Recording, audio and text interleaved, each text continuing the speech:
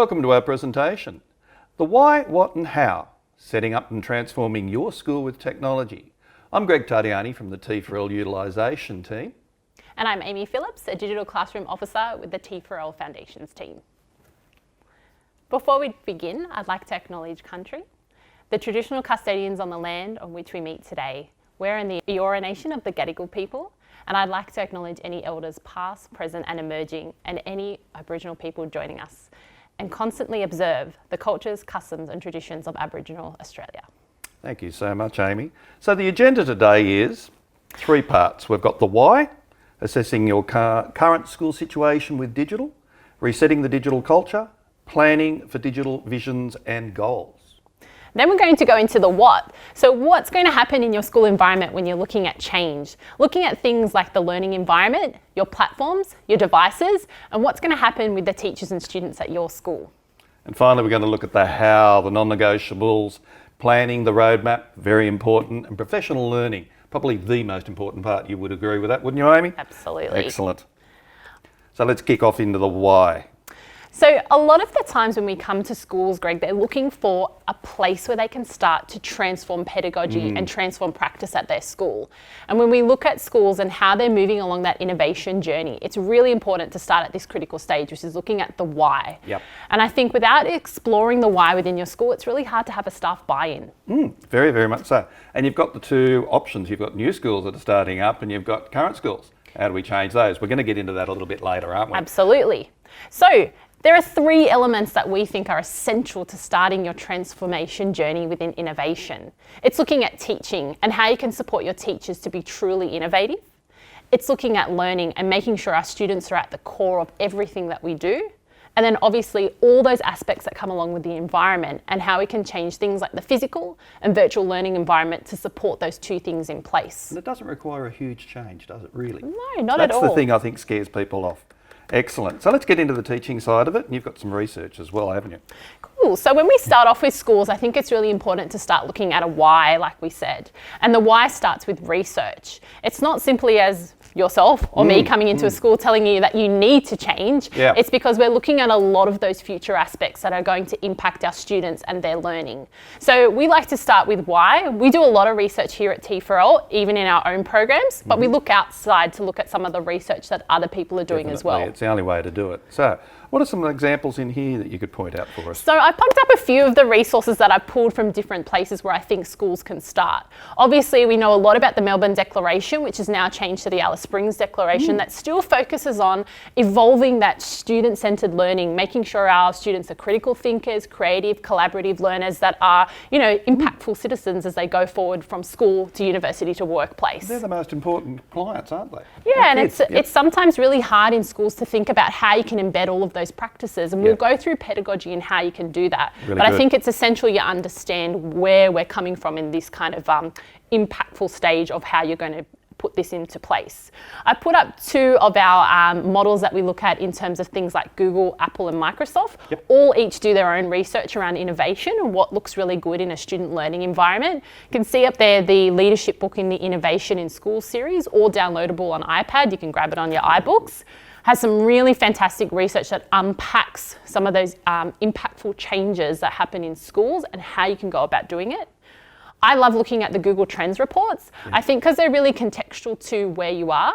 So you can see I've just taken a key snapshot there, which is the three main trends that are happening here in Australia for Google. So things like computational thinking, innovative pedagogy, and life skills as well, which I think, we're all seeing in different schools, in different places, and what that looks like is really contextual to your school environment as well. I put in some of the market scan overviews and looking at things like the Foundation for Young Australians. So Jen Owen's research around what are some of the skills that our kids are going to need, those enterprise skills, those transferable skills, and things that are going to go right through from school, right when they start kindergarten all the way to year 12. It's a progression now, isn't it? Absolutely. Yes. Yeah. There is an end point. And it's surprising how you've got the major players, Microsoft, Google and Apple, etc.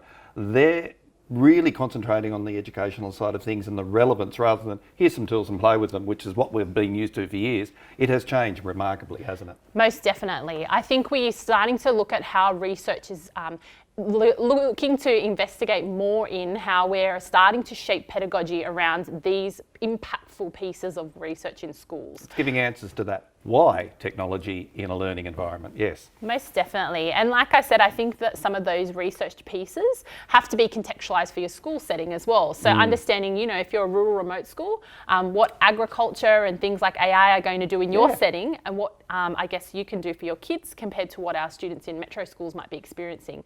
It's all about jobs of the future. We know those jobs are going to be changing quite dramatically. We know they're already changing quite dramatically. And often. And I think for teachers, we need to start getting into that. There's another great piece of research that I think Yvette called out in one of the first podcast series, if you haven't checked out the Virtual Staff Room podcast, which is looking at one of the 100 jobs, which I think was from Deakin University, of the future. Really interesting jobs. Things like ethical hackers, all those new age jobs that I think teachers probably would never even thought of preparing their kids for are now a real conversation in a school. People don't think that those jobs would ever exist. What is this thing that we're talking about?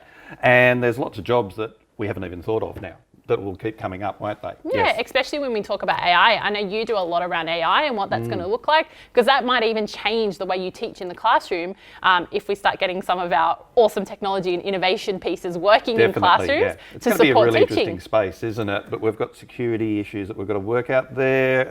It's all to do with the content that we actually have, who's getting access to that information. But it's a really opened up area that we're looking at, and we're quite enthusiastic about it. Exciting. And it might be our students who are going to be solving those AI problems too. So we really need to give them the skills to be able to do that. Exactly. Visions and goals, what sort of things are we looking at there? So I think when we're working with a school to set up that big picture idea around how they're going to innovate with technology and how they're going to start looking at a shift in change of pedagogy, especially when we talk about those big buzzwords, innovative pedagogies, contemporary learning, future-focused learning, 21st century, it becomes quite daunting for some schools to tackle. So again, that contextualised approach I think is really important. I've put in a slot there from one of the Apple leadership books, which I really love because I think it's really important to set a school vision around technology and innovation. Because like we said, we can come in and tell you what we think is great. We can come and tell you what we think is a good vision for your school. But only you guys know how that's going to run in your school, how it's going to be contextualised, how it's going to be taken on by your teachers, your students, and of course your community as well to ensure that it's successful. So setting a vision is really important. You'll know when you go through your school planning processes that drawing back to that big vision is something that schools consistently reflect on to set milestones, to set strategic directions. So having a part of a vision that involves innovative pedagogies and technology is really crucial. So how you can do that? First thing, consulting with staff. Yes. I think a lot of schools talk to us around how they're going to get their unicorns, as sometimes we call them in TFRL, floating out to the school and engaging with other staff in technology. So it's really important you get a buy-in from all the staff in the school. So something like a survey, having feedback circles, having full professional learning pieces with all the staff. Not just teaching staff, but sometimes I think we forget about learning support. Our SLSOs in the school who are there supporting kids in the classroom with technology as well, understanding where they're at and where we need to get to. There's got to be a degree of ownership from the teachers as well, otherwise they're not going to take it on board, are they? And you're doing this virtually every day, aren't you, out in schools? So you're seeing all the goods and the bads and all the variations that are possible in schools. So you've got to have a lot of strings in your bow to say, well, this isn't going to work here, but try this. Absolutely, and I think we've all been in a school. There's no one option, is there? No, we've all been in a school where we know the Gregs of the world are going to go into their classroom and innovate, but possibly the next door teacher isn't going to take that on in the same way you are. So you're an early adopter, you're going to make sure that those critical pieces of innovation are used in your classroom practice. You're a risk taker, you'll give it a go, but somebody else next door might not do that. So how we can support them to make sure they've got buy-in to risk take and have innovation in their classroom for their students. And that's part of the changing environment in the schools, is allowing more than one teacher into a space so that you can then have those adopters who don't want to get into it and those that are actually the early adopters get together, and then you can start seeing, hang on, this will actually work in my classroom and I can do it. Such a great idea, and I think it is about building competence and confidence in your staff. Having things like coaching and mentoring really works in some schools, and we see that a lot of the time in terms of having those innovative leaders that might be able to guide and help support teachers on a day-to-day level? I'm a big one on the open door policy. I hate closed door classrooms. Just leave it open. Everybody just wanders in and out. It becomes a much better environment for the kids. They're used to it, and you get buy-in from teachers at the time, all the time. Works well. And they also need to see that buy-in and engagement factor, Yes. don't they? So they need to see the kids learning. They need to see what's going to come out of it before they go into it. Because you learn a lot just by having somebody's input at various times when you're teaching, isn't it? And the kids will grab that information and go, oh, that's really, really good. And you bounce things off each other. Definitely. Developing a culture of innovation, like we said, it's about having those open doors, those open conversations, having that area in the staff room where they can kind of talk to each other, discuss some options, risk take, have a go, co-teach, collaborate and share. I think that's a really, really great call out. That's an interesting one with the staff rooms, because you don't have those isolated staff rooms around schools. You're starting to get staff as a whole in bigger spaces, yes. Definitely. Makes a big difference. That creating a focus model, I think, is really important. I talk to a lot of schools about that transformative change piece. And sometimes, like we said, encompassing everything can be super overwhelming for a school. So I think it's kind of setting that little focus approach in terms of how technology can support something that you're already doing that's really great. So for example, something like literacy or numeracy practice, things like number talks, assessment and feedback, really focusing on something that you're already really successful in, and look at how technology can focus in on that and support that to make it even better. Because you've got one confidence level that you're already good at, aren't you? So you're just introducing something else that you may not be competent, but then you'll start to see the benefits and the engagement levels, and the understanding kicks up a lot, doesn't it? Yes. I think so too, and that's where teachers can see that it becomes part of their everyday practice, rather than we're just going to do technology in this lesson, or we're just going to use STEM here. It's going to be really integrated, it's going to be really focused and authentic. That's what we want. And there is that little element of it may not work, and that happens with technology.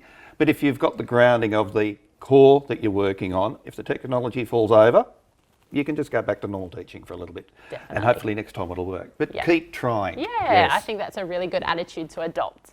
I think layering that support model and professional learning is key. We know we work in professional learning for teachers all around the state, around the different types that will support teachers. And like we said, in some schools, it's like a mentoring approach, it's a coaching approach, it's an innovative leader approach. But sometimes people just need their own self-paced professional learning to support them in how they're going to implement something. We have heaps of options. We're going to have a look at some of those options that you can adopt. Good. And I think, given the recent period of time, we've got a lot of different pieces of professional learning that, again, can be tailored to be focused with what your goals are in the school.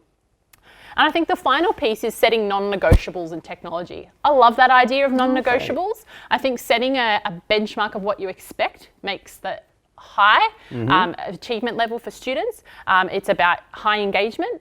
And it's about making sure that our teachers are set in their ways in terms of technology and what they expect in the learning environment. And I think that's really crucial. So I think something like giving teachers a device.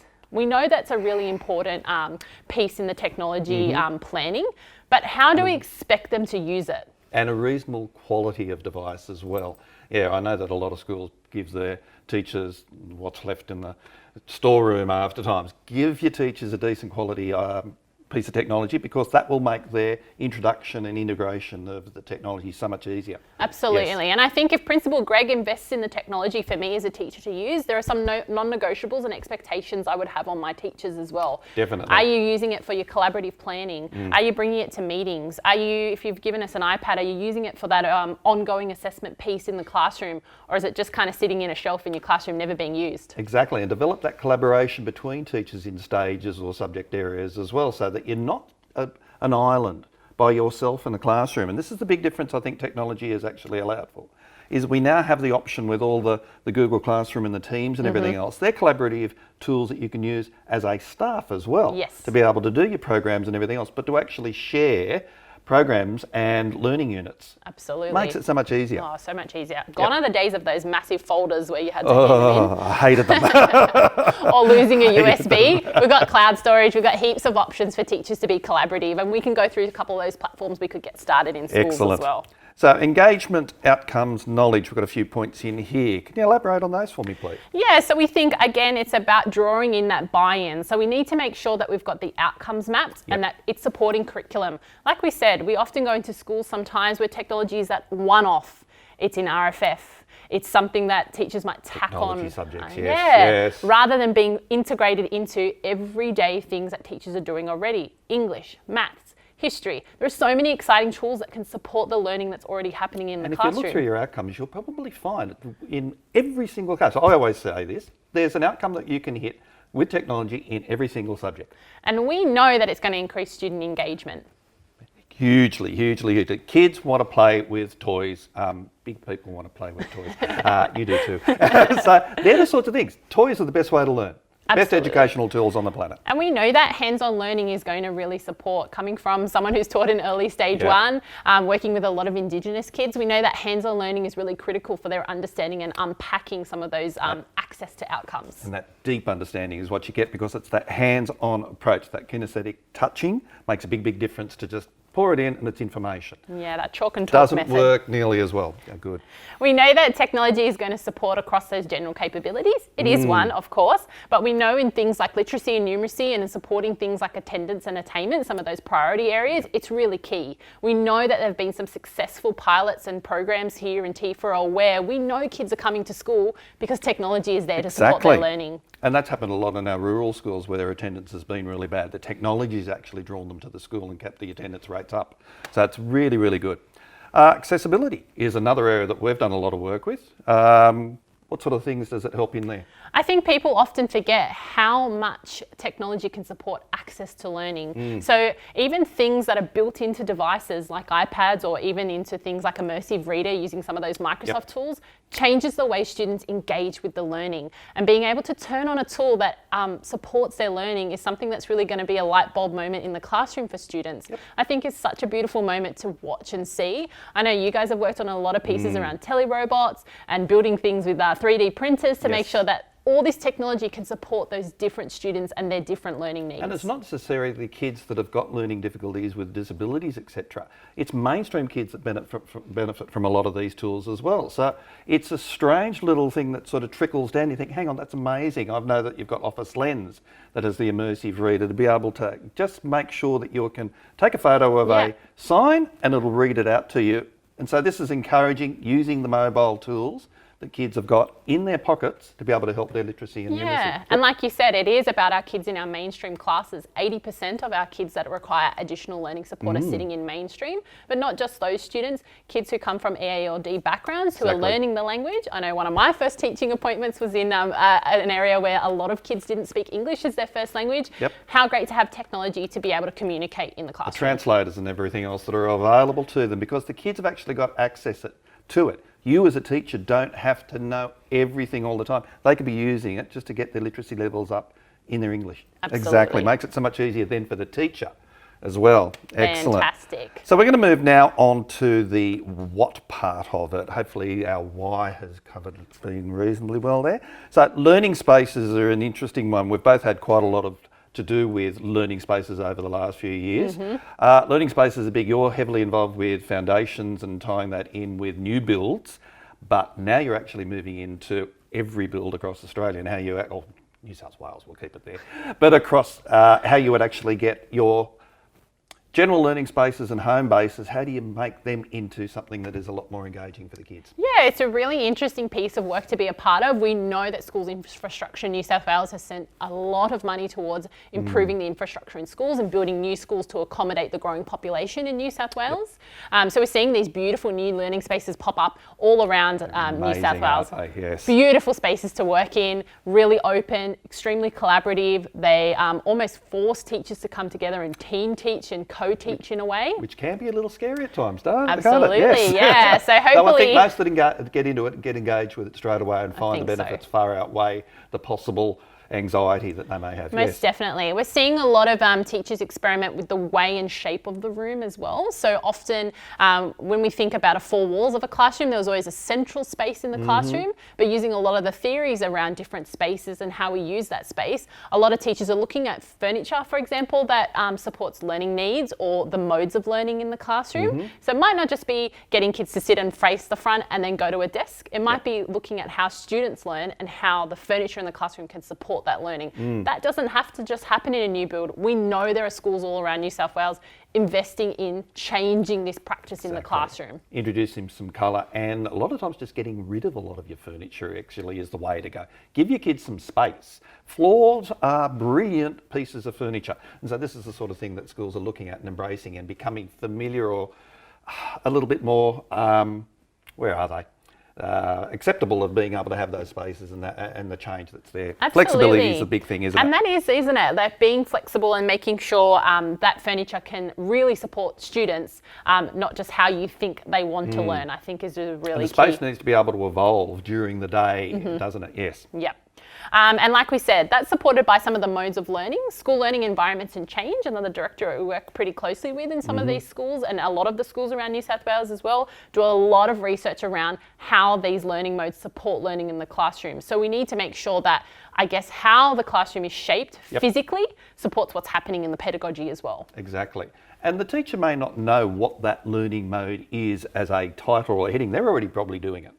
Okay, but now when you can actually apply it and put a title to it and then say, well, okay, and then I'm hitting these outcomes as well by doing that, and the engagement levels are up. So Most that's definitely. really, really good. And supports that idea, like we just said, about hands-on learning too. Yes. Because it changes. So a student who might be a little bit wriggly and might need to move around in the day has a little bit of freedom to do that, therefore in improving their engagement levels as well. And when you're playing with Lego, you can't lose it as easily when it's already on the floor. That's true. Yes. I think this is something that we're pretty passionate about in our work that we do with new schools and schools that are being upgraded, making sure any changes that are being modified to that space support DOE standards. Yes. Yeah, definitely. So things like buying furniture, I think we've got a lot of supported vendors on EdBuy that teachers can go to, but they can also have a look at that website that I've put there that kind of looks around the learning spaces and makes sure that everything's up to standard. You're buying something that's been tried and tested, and I know we'll talk about that when we go into some of the technology, but making sure that when you walk into that classroom, you know it's supported by us as well. Exactly, yeah. We've done a lot of work in here on making sure that the technology that is sitting on our EdBuy catalogues, and you do need to dive in and search around. Sometimes it can be a little bit tricky to find them, but get onto the EdBuy and find the items in there, and if it's there, we've tested it and we know at that time that it works in our DOE environment and with our network. Most definitely. So let's go on to that, because I know that this is something that is changing that classroom space. So in terms of, we call them learning displays or main learning displays. I know you're going to introduce a new acronym to us, but we often see this happening in schools, don't we, Greg, where those old orange projectors are starting to die. I mean, they were there when I first started teaching to about 10 years ago. But what can a school do now to make sure that this is future-proofing that space for them? So the sorts of things that you need to start looking at is an interactive panel is probably the mainstay. We don't have just plain whiteboards now.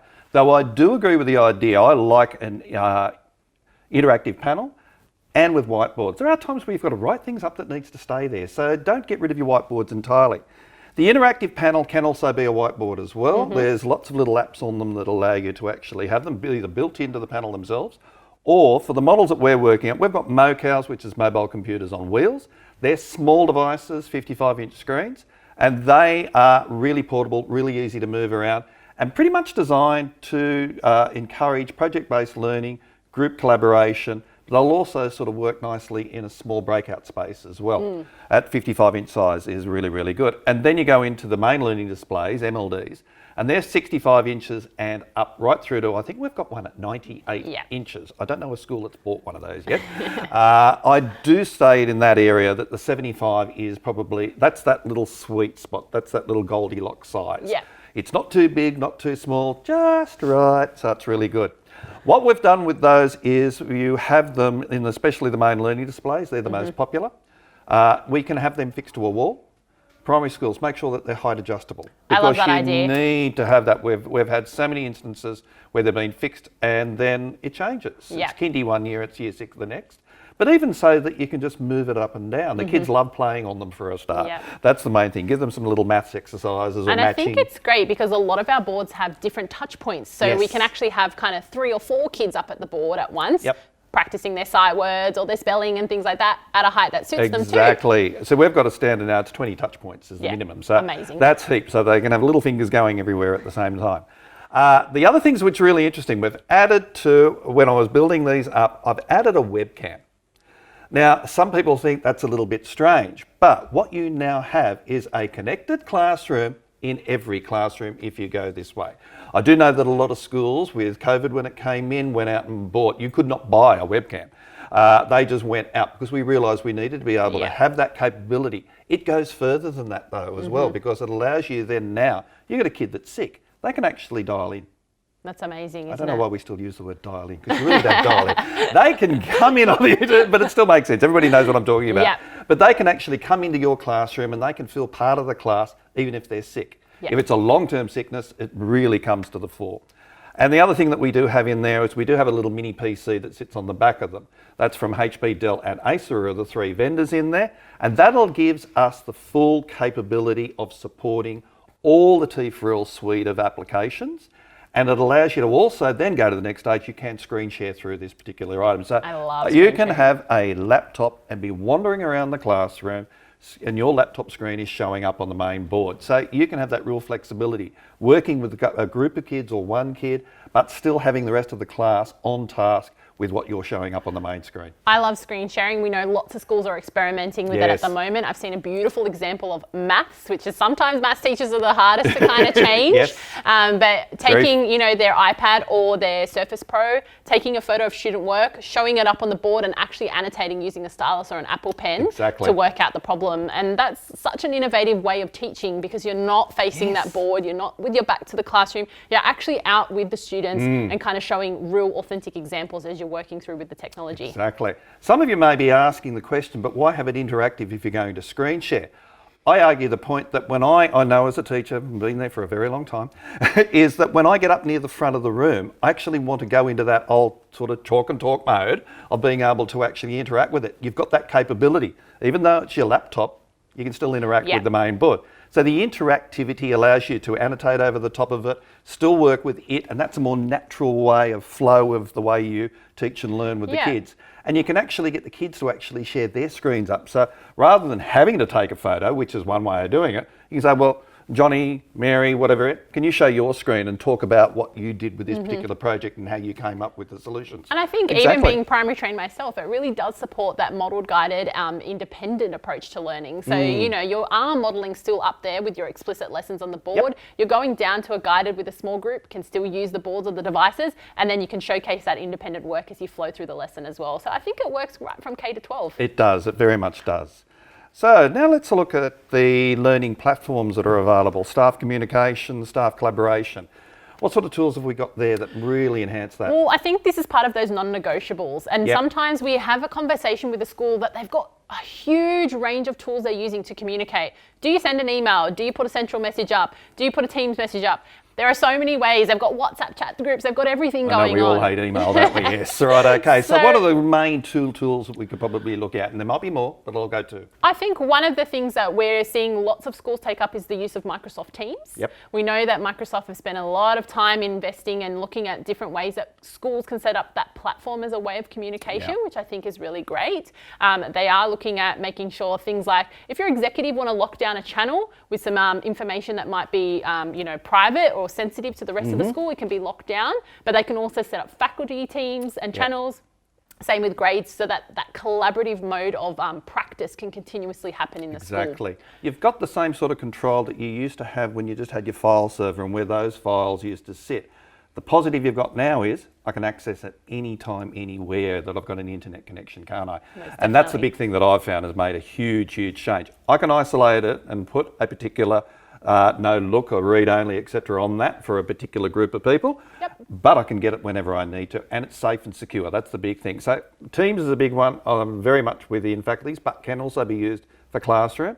And then we've got Google Classroom, haven't we? Which I know is probably the favourite of most people because it was first to the market and it is such a great little tool. Yeah, and I think we see it very popular during this current time in teaching where students were trying to access learning from different places, and having that work up there, having the opportunity to even add a co-teacher if we were both sharing the class load or we're both doing some HSC marking, the kids can then submit assignments in and we can have everything on the same platform. Not only that, it links back to your Google Drive, so it's another cloud-based solution that we have in schools where you and I could be sharing a program.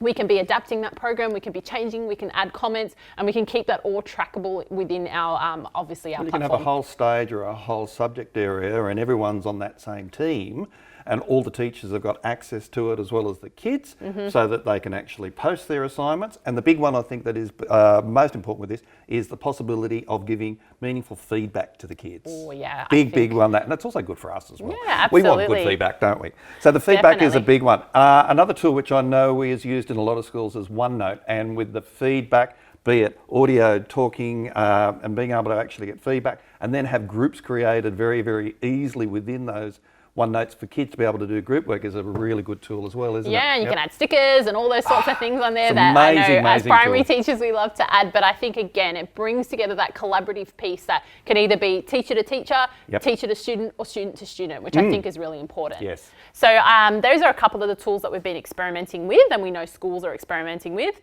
The design and tools for students, should they be the same or can they be different? What do you think? Well, look, really, as we sort of alluded to, Teams is something that you can use for faculties, but you can also use it for kids as well. So, and I think even Google Classroom, you can modify that to be a teacher tool as well. So it's a matter of how you organise it to start off with. And I know when you first get into these, you make an absolute, what I usually call a dog's breakfast of it. So let it sort of play out for a little while and then say, righto guys, let's organise ourselves and get this so that it can make sense. And you might sort of just shift things around. It's easy to move your files if those sort of need to come up. And then you can get yourself a little bit more organised the second time round. And then on from there, others will learn from your mistakes. And I think that's why we talked about right at the start is setting some non-negotiables for the staff. So we know that if you're doing a teaching and learning program, that it has to be uploaded to a particular place. We set that protocol within the school, so we know that all of those teaching and learning and programs are there for you to access. If you're away or you're gone on a long service leave holiday, Greg, I can grab your program and keep teaching your class. That is the most important thing, isn't it? If you're not there, you can get hit by a bus, God forbid. But you're in that situation where your tools, your learning programs and everything else for your classes is there for somebody to pick up on it so easily. So the continuity of learning for your kids is so much better, and that's the most important thing. And gone are the days as the program was locked in the storeroom and you can't find it anymore. So it's I shiver every there. time I think about those days. I lived through those my entire career. Professional learning's a big one too, because a little bit what we're doing now, we're trying to give some information out. But that online learning, the collaboration, getting back to the actual MoCo and MLD, the little webcam that sits on the top allows you to do professional learning, not in just one school. Yes. You can start spreading it out everywhere. And we also have a new tool that's been introduced since this online learning has been happening, use of Zoom. Yes. We've seen it being taken up quite hugely across schools in the department, especially for things like staff meetings. So for example, if you don't work on a Tuesday, you still have the ability to access our staff meeting. We can record those meetings. Of course, we're giving a bit of an information out to our staff to say that it's being recorded, but making sure that all of that is still accessible. We know schools are starting to experiment with this time of the year, presentation days, assemblies, how we can stream all that. The technology is there to be used. And we've got a whole team working in here on being able to, how do you do a presentation online or an assembly online? So look up into that on the T4L website.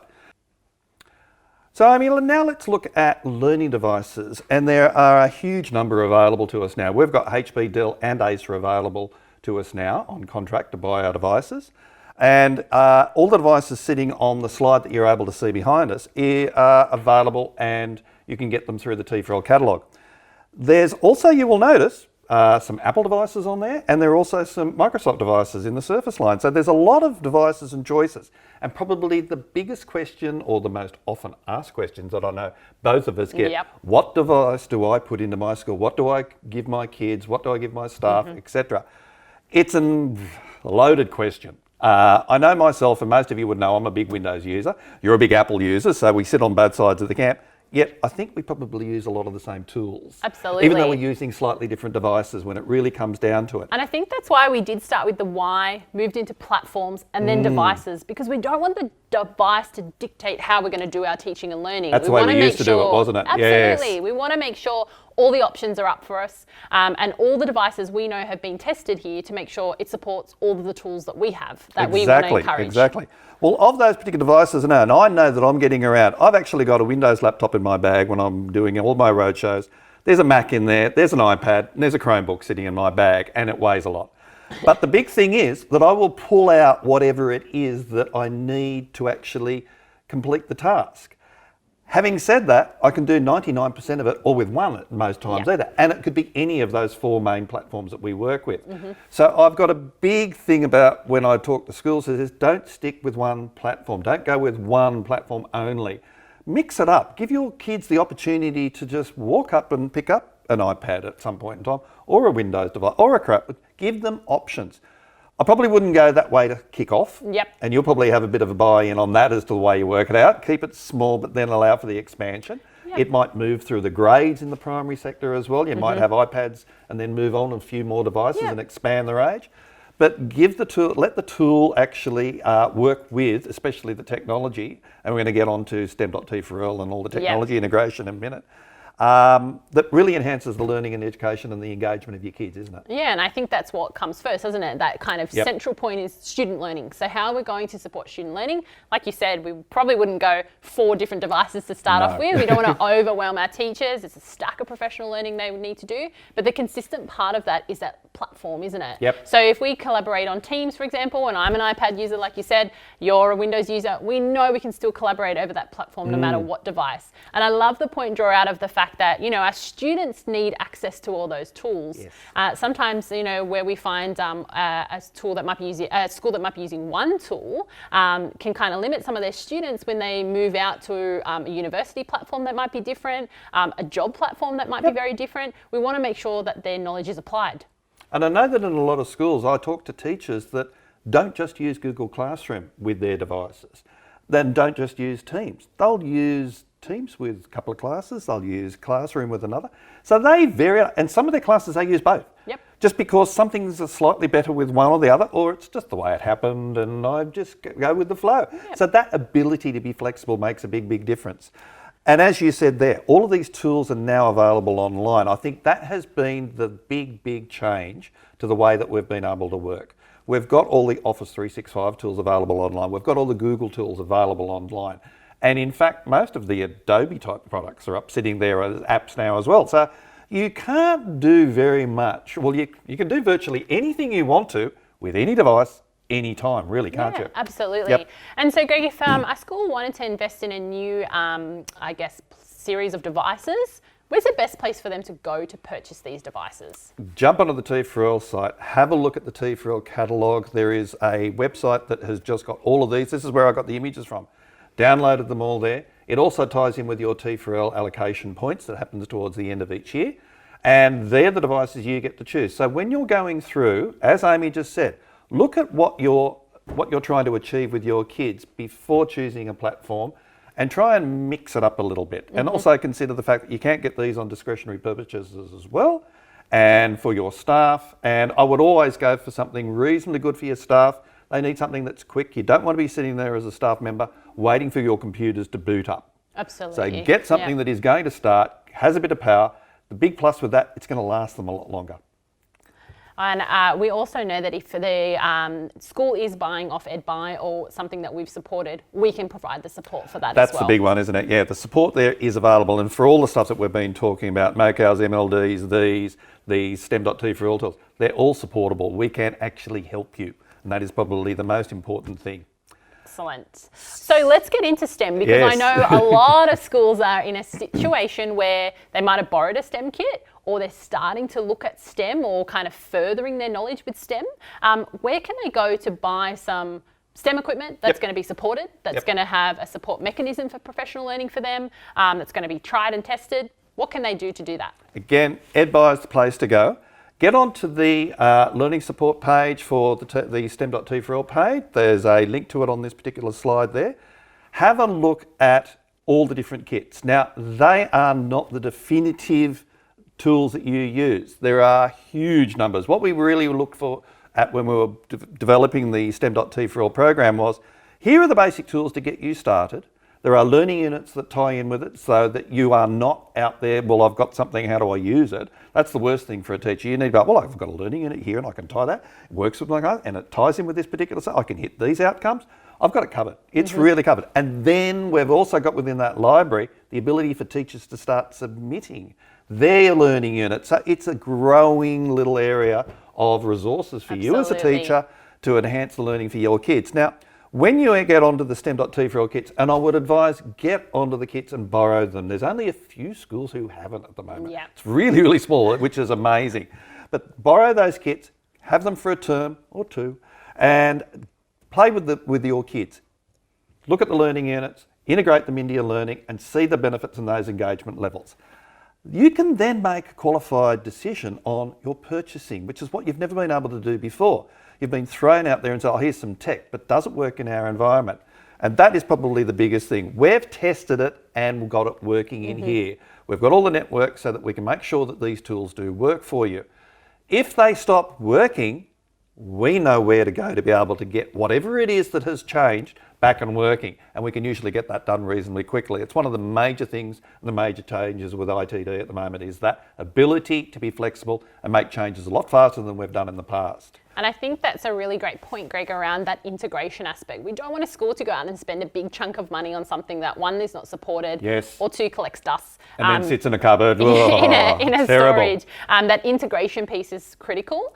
We know a lot of schools are investing in their STEM leaders that are coming into their school, and then even appointing some of their own STEM coaches or things in the school that will support the ongoing use of the STEM equipment so that it's authentically integrated and not just one of those tack-on, as sometimes technology can be. So I think that's a really good piece, and they can always start at that learning library to build that knowledge out and then be a part of that collaborative community too. And don't think that the learning library is only available to you if you borrow these kits. It's available everywhere, and the first thing that I would say to any new teacher going into a new school is ask what's in the cupboard, or just go ferret around in every cupboard, because you will probably find a whole pile of technology sitting on a shelf because the teacher that you replaced may have been the guru or the one prior to it, and nobody else has come up to speed. And you go, right, I've got some tools here that I can play with. You're going to be the goldmine for that school. Yes. And integrating some new tech. You'll notice that the STEM.T4L's got a bunch of kits. There's a tablets, a PC robotics, 3D printing kits, one of my favourites. The filming kit, there is a handheld virtual, which is really geared towards primary, but also applies into secondary as well for those virtual tours, etc. There's some really good experience. There's an immersive virtual reality kit, which is only for secondary due to its highly immersive nature. There's a coding kit, so if you just want to do some coding, then get onto that because you don't need any hardware for that at all. And then there's a 360 camera, which is a brilliant kit for doing some really interesting things. And if you get onto the T4L Expo, whoa, have a look at that because that's what we did in there. It was a lot of fun. And down the bottom there, you'll find a few little examples of the learning library units that are available. And we can see schools being really innovative with, their everyday practice at the moment. You called out that we did our expo using the 360 tools, but we see a lot of schools doing that now for kinder orientation, for example, where we can't have parents coming in on site. They're starting to build their own films using the filmmaking kit, or something like a 360 experience to orientate a student who might be a bit anxious about coming to school. Exactly. And I think that's the big thing that most people don't realise, that these things can be produced by primary age kids. We don't give them enough credit for their capability. And being a secondary teacher, I am always in awe of primary school kids and their teachers and what they produce. They are amazing, really, really good. Creativity comes from. Definitely. We get the benefit from it. So now we're going to move into the how and pedagogy, and I'm going to let you fly with this because I know you're the expert, and I might chime in a little bit, but I'm going to leave that one to you. Go for it. I think that's probably the next step in kind of determining where you're going with your technology. There's so many buzzwords, like we called out at the start, where schools tend to feel a little bit overwhelmed and sometimes pick one thing, maybe do it for a year and then see how it goes, but they're not seeing the return of things that we called out earlier, things like improved student outcomes, engagement, attendance. So it's really about a contextual piece that's focused. So like we said, with the pedagogy, I think it's about making sure that it is focused in on something that the school wants to achieve. So it's mapping it back to strategic outcomes and goals that you've set kind of in that whole big picture piece, and kind of liaising with that community, and then making sure that you've got some focused pedagogy to support that. So even in a high school setting, we might have one of our faculties who are doing really great things with technology, which is typically TAS, I guess. We want that technology to kind of move around the whole faculty and make sure every student's getting the experience right across those faculty areas. Got to go through the school. I'm a real big supporter of technology will fit into any faculty area. Don't just keep it in the TAS area. Most definitely. I think pedagogy needs to look at supporting student learning needs. We talked a little bit about things like accessibility and things like EALD students, but regardless of where you are in the school, I think even with some of our central schools or some of our rural remote schools, there might be a different shift in the pedagogy that you're focusing on. Definitely. It's more hands-on learning, it might be outdoor learning, things like that. So pedagogy that supports that kind of evolution in the practice. So I guess, like we kind of talked about at the start, we know not a lot of our kids are going to sit there and listen to a 10-minute, 15-minute lesson. I think a lot of people learned that during the COVID period where we tried to get kindergarten to sit in front of a computer for a long time.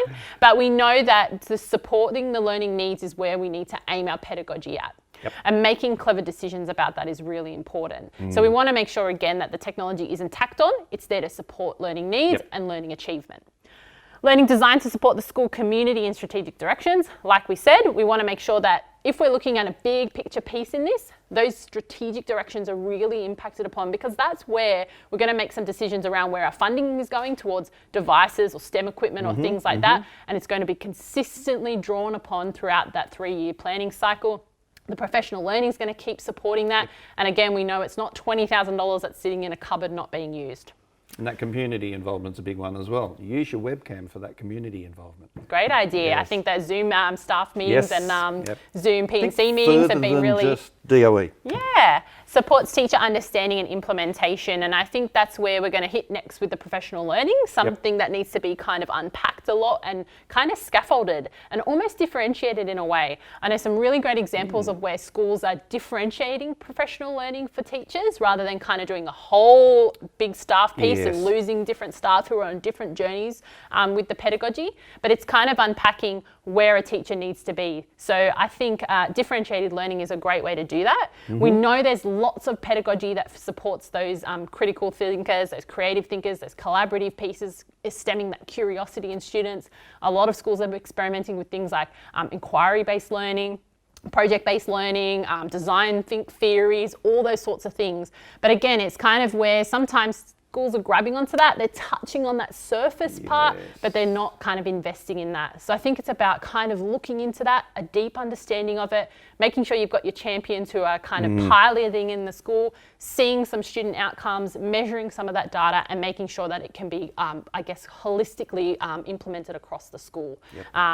We know that there's unicorns that kind of do those things in their classrooms, but we want to make sure that every teacher has the opportunity to develop that pedagogy and every student has the chance to be a part of that pedagogy as well. If they've got the support from the executive, etc., and even from other teachers, that then allows them to spread that across the rest of the school, doesn't it? And that's the big thing, is it allow that support network to work so that your unicorn teachers can really start sort of spreading the love and the ideas and say, this is fun.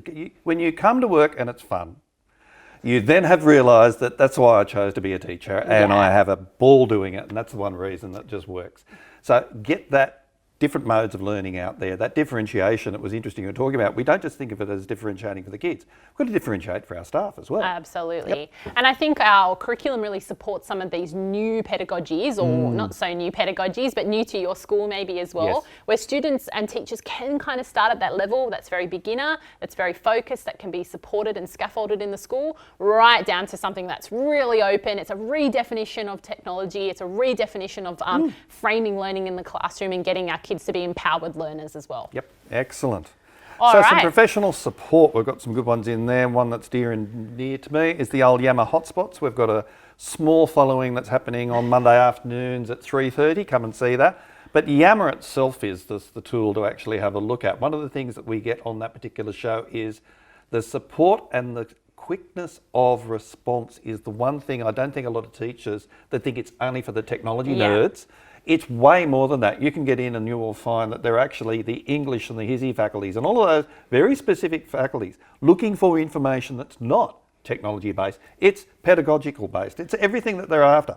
you will get really, really quick responses just by going on Yammer. So I would suggest that you start looking at that. I think you're right in that, Greg, too. And a lot of teachers probably are a little bit hesitant to get engaged with Yammer. But I was listening yesterday to a presentation where we were talking to Lorenz on Yammer Hotspots, who was talking about the importance of Yammer being controlled environment. It's DOE login. It's people who've been through the journey within something that you're asking them. And I think it's a really trusted community platform amongst all of our staff right across. And you don't have to be living it 24/7. I just leave it in the background, and every now and then I dive in. I went, oh, hang on, what's going on here? You don't. It's not that immersive thing that is hitting you with a dingle every 5 seconds. Get into it when you need to. Absolutely.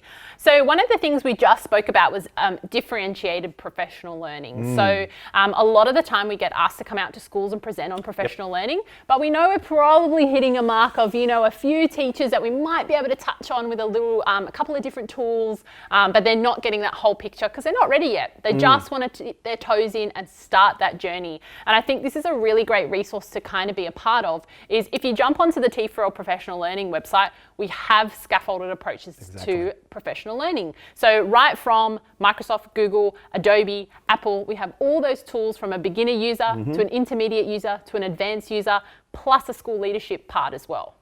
You're a little bit loose on something for your next professional learning day, go in there and find it. You'll find something that'll actually work for you. Yeah, and a lot of it's been either produced and recorded by us. So we run a lot of the webinars that have been running across the last 2 terms. So they've been recorded.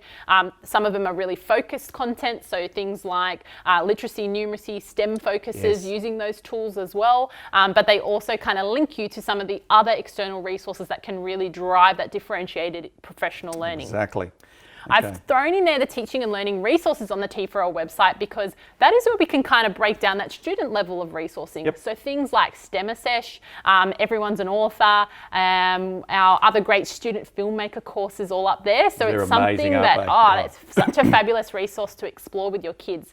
And I think once you're kind of that user that's starting to build some confidence with the technology, this is the next thing you can start jumping into, because you can have a look at how filmmaking, for example, can be embedded into English, history, science, TAS, whatever faculty you're in, because it can be an applied skill. Be prepared for the kids that want to come back every recess and lunchtime to keep working on these projects, because once you've got the ball rolling, you will not be able to get them away. They want to keep coming back. And it's really good when you can't get rid of the kids out of the classroom. Enjoy that. Well, we know that's a huge engagement piece, making your own films. You've ticked every box and you know you've won. The learning from home resources have got some really good stuff as well.